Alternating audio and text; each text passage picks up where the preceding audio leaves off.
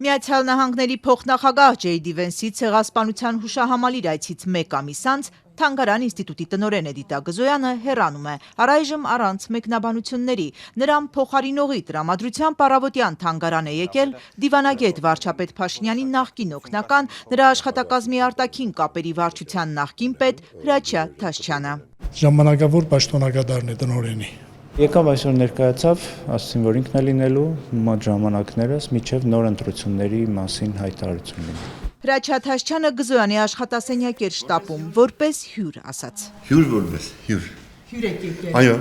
Տիկին Գզոյանի մոտ։ Թաշչյանի ժամանակավոր նշանակման ու Գզոյանի հեռանալու վերաբերյալ պաշտոնական տեղեկատվություն դեռ չի տրամադրվել։ Ցեղասպանության Թանգարան ինստիտուտի աշխատակիցները տեղեկացել են, որ Էդիտա Գզոյանին կրթության նախարարությունից են ստիպել դիմում գրել հեռանալ։ Օրեր առաջ բոլոր 74 աշխատակիցները դիմել էին վարչապետին, հույսով, որ կվերանայվի այս պարտադրանքը։ Մեր Թանգարանի պատմության մեջ առաջին դեպքն էր, երբ բոլոր աշխատակիցները միասնաբար առանց բացառության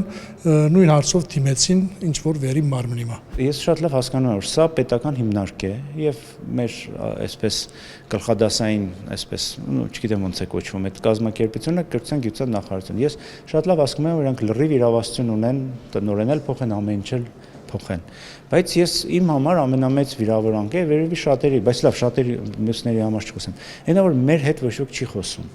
Մեզ որպես գիտնականներ 20 տարի ինձանից երկար աշխատողներ կան այստեղ, գիտնականներ, որ օրը գիշեր այս աշխատանքի մեջ են, ոչ ոք չի հարգել, չի եկել մեր հետ խոսել։ Թանգարան ինստիտուտի բաժնի ղեկավար Սուրեն Մանուկյանը շեշտում է, գիտության միջազգայնացման անհրաժեշտության մասին են անընդհատ խոսում, բայց ստիպում հեռանալ բարձր վարկանիշ ունեցող գիտնականին Գզոյանին։ Չենք սպասում, որովհետև իրականում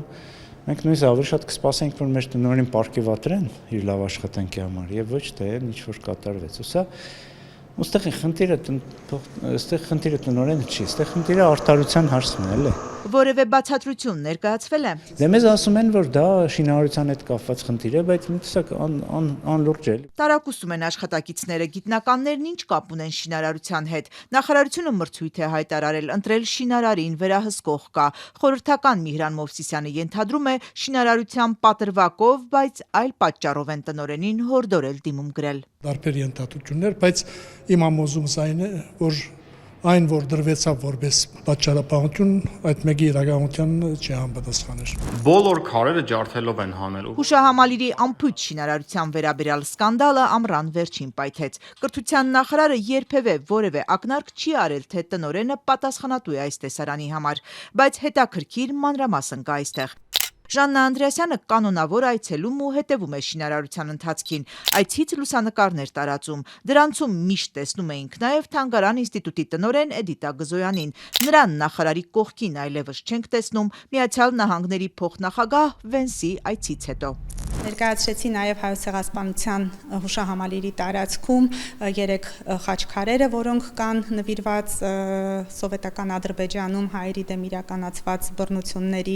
եւ նաև 5 ազատամարտիկների շիրիմներին, որոնք որ ամփոփված են հայոց ցեղասպանության հուշահամալիրի տարածքում։ Վենսամուսիններին հուշահամալիրի տարածքում Գզոյաններ ուղեկցում, Սումգայիթի, Բաքվի, Գանձակի ջարդերի զոհերի հիշատակի խաչքարերի կողքով անցնելիս պատմել այդ արյունոտ իրադարձություններին նաև Արցախյան պատերազմի մասին, հյուրերին փոխանցել գրքեր Արցախի խնդրի ու հայոց ցեղասպանության մասին։ Իդեպ Թանգարան ինստիտուտի պաշտոնական հաղորդագրության մեջ էլ ոչ թե Լեռնային Ղարաբաղ, ինչպես Հայաստանի բարձրաստիճաններն են նախընտրում հնչեցնել, այլ Արցախ է գրված։ Վենսի այցի հետ կապ ունի հրաժարական պարտադրելը, աշխատակիցները միանշանակ չեն պնդի։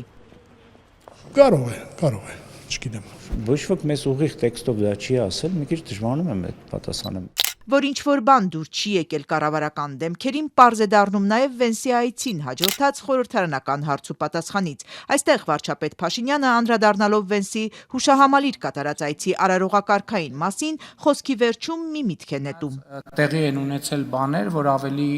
ճիշտ կլիներ տեղի չունենան, բայց դա ուրիշ խոսակցության թեմա է։